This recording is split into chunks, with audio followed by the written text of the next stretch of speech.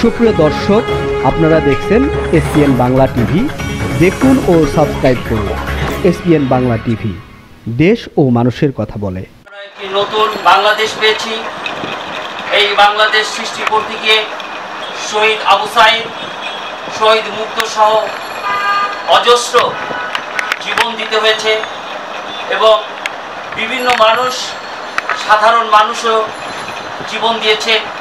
আমরা সকলের প্রতি শ্রদ্ধা জানিয়ে এবং আমাদের প্রয়াত নেতা জননেতা আনোয়ার জাহিদের প্রতি শ্রদ্ধা জানিয়ে আমরা সবাই এক মিনিট দাঁড়িয়ে নীরবতা পালন। আমরা উপস্থিত হয়েছি, তিনি যে দিক নির্দেশনা দেবেন সেই দিক নির্দেশনায় আমরা আগামীতে নতুন বাংলাদেশ তৈরিতে যারা দায়িত্ব নিয়েছেন তাদের পাশে তার দিক নির্দেশনায় অনুযায়ী আমরা থাকব। আমরা আমাদের চেয়ারম্যানের বক্তব্যের আগে এনডিপির মহাসচিব হিসেবে আমি আপনাদের সামনে দু একটি কথা বলতে চাই।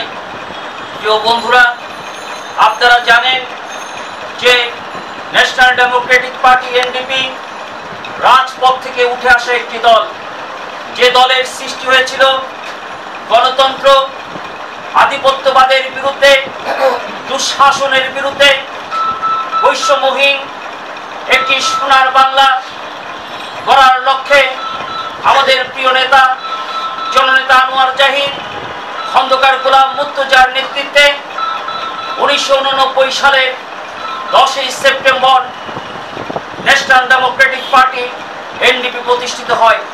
দেখতে দেখতে 34 বছর শেষ হয়ে আমরা সামনে 35 বছর এই 10ই সেপ্টেম্বর আমরা উদযাপন করব।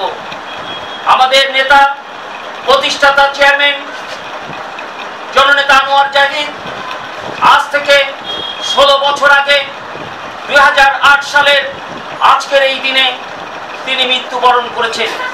এনডিপির পক্ষ থেকে আমাদের বিভিন্ন জেলা, বিভিন্ন মহানগর যে যেখানে আছে আমরা সেখানেই আজকে তার স্মরণে স্মরণ সভা করছি।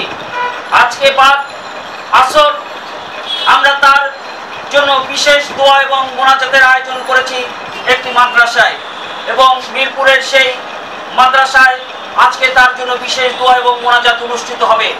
আজকে আমরা এই পার্টি কেন্দ্রীয় কার্যালয় আমাদের এই স্মরণ সভা এবং দোয়া আমরা তার জন্য এখানে করব। আমরা এই গভীর সংকটকালীন কাটিয়ে একটি নতুন সরকার হয়েছে, যেই সরকার যার কাছে আমরা নতুন স্বপ্ন দেখতে শুরু করেছি, যিনি নোবেল বিজয়ী, সারা পৃথিবীতে একজন নন্দিত তারকাখচিত ব্যক্তিত্ব প্রফেসর ডক্টর ইউনূস, যিনি নিজেই একজন কালজয়ী ইতিহাসের এক অনন্য উচ্চতায় যিনি রয়েছেন, পৃথিবীর সবার কাছে অনন্য সম্মানে মর্যাদায় যিনি রয়েছেন। কিন্তু এই মানুষটিকেও নানাভাবে নাজেহাল, নানাভাবে ষড়যন্ত্রের বেড়াজালে এই সদ্য পদত্যাগী স্বৈরাচার সরকার রেখেছিলেন।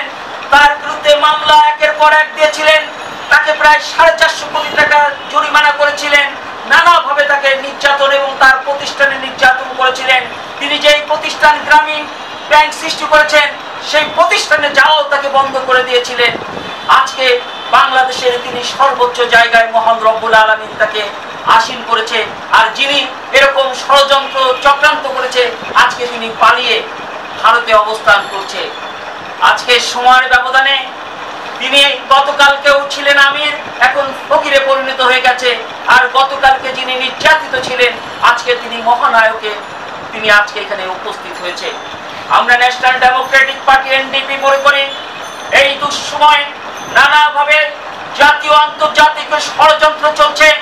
আপনারা দেখেছেন যে সংখ্যালঘুর নামে, তাদের নির্যাতন নিপীড়নের নামে এক শ্রেণীর মানুষ শাহবাগে গিয়ে তারা বলছে আমাদের উপর নির্যাতন হচ্ছে, নিপীড়ন হচ্ছে, আমাদের ঘর বাড়ি জ্বালিয়ে দিচ্ছে। কিন্তু আমরা কোনো টেলিভিশন গণমাধ্যমে আমরা দেখতে পাই না এভাবে এরকম কোনো ঘটনা, কারণ আমরা গণমাধ্যম টেলিভিশনে দেখতে পাই প্রত্যেকটি হিন্দুর বাড়িতে, মন্দিরে, মসজিদের ছাত্র, কওমি মাদ্রাসার ছাত্র, সাধারণ মানুষ সেখানে দাঁড়িয়ে পাহারা দিচ্ছে। অথচ এই প্রভাকাণ্ড করছে এবং এই প্রভাকাণ্ডর নেতৃত্ব দিচ্ছেন সদ্য পদত্যাগকারী স্বৈরাচার শেখ হাসিনার পুত্র সজীব অজের জয়। আমরা বলতে চাই জয়কালে ক্ষয় নাই আর মরণকালে ওষুধ নাই। আজকে আপনাদের পতন হয়েছে, এরপরেও আপনারা একের পর এক ষড়যন্ত্র করছেন। এই ষড়যন্ত্র থামান।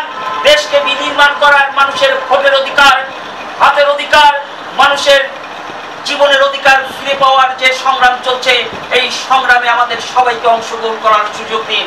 আমরা আজকে এখানে দাঁড়িয়ে ন্যাশনাল ডেমোক্রেটিক পার্টি এনডিপি আমরা বলতে চাই, আয়না ঘরে এখনো যারা বন্দী রয়েছে তাদেরকে মুক্তি দিতে হবে।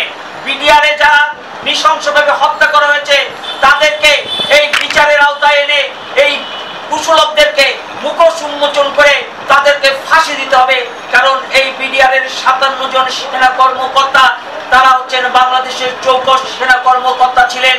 তারা বাংলাদেশ বিনির্মাণে অনেক ঐতিহাসিক ভূমিকা পালন করতে পারতেন। তারা বেঁচে থাকলে এই খুন রাজনীতি হতো না। এই ডিজিএফআই এ তথাকথিত কিছু মানুষকে বসিয়ে এই ধরনের ন্যাক্কারজনক ঘটনা ঘটানো সম্ভব হতো না। এই জন্য তাদেরকে বেছে বেছে হত্যা করা হয়েছে। আমরা এই সব ঘটনার তীব্র নিন্দা এবং প্রতিবাদ জানাচ্ছি। আমরা ন্যাশনাল ডেমোক্রেটিক পার্টি এনডিপি সব সময় মানুষের সাথে রয়েছি, জনতার সাথে রয়েছি। সে কারণেই আমাদের বৈষম্য বিরোধী ছাত্র আন্দোলনের সাথে আমরা প্রথমেই সমর্থন দিয়েছিলাম। আমরা রাজপথে ছিলাম এবং যেদিন 5ই আগস্ট যেদিন আমাদের গণঅভ্যুত্থানের বিজয় হয়েছিল সেদিন আমি কেন্দ্রীয় শহীদ মিনারে ছিলাম। আমার চেয়ারম্যানও রাজপথে ছিল, আমাদের নেতা কর্মীরাও রাজপথে ছিল। এর আগের দিনও আমরা রাজপথে ছিলাম এবং প্রত্যেকটি কর্মকাণ্ডে আমরা সমর্থন জানিয়েছি এবং এই নতুন সরকারকে আমরা অভিনন্দন জানিয়েছি এবং আমরা পরিষ্কারভাবে বলেছি তাদের এই সকল ভালো কাজের সাথে ন্যাশনাল ডেমোক্রেটিক পার্টি এনডিপি রয়েছে। আজকে আমরা আমাদের দোয়া এবং মোনাজাতের মধ্যে দিয়ে আমরা সভা শেষ করব। আমরা এ পর্যায়ে আজকে আপনাদের উদ্দেশ্যে মূল্যবান বক্তব্য রাখবেন ন্যাশনাল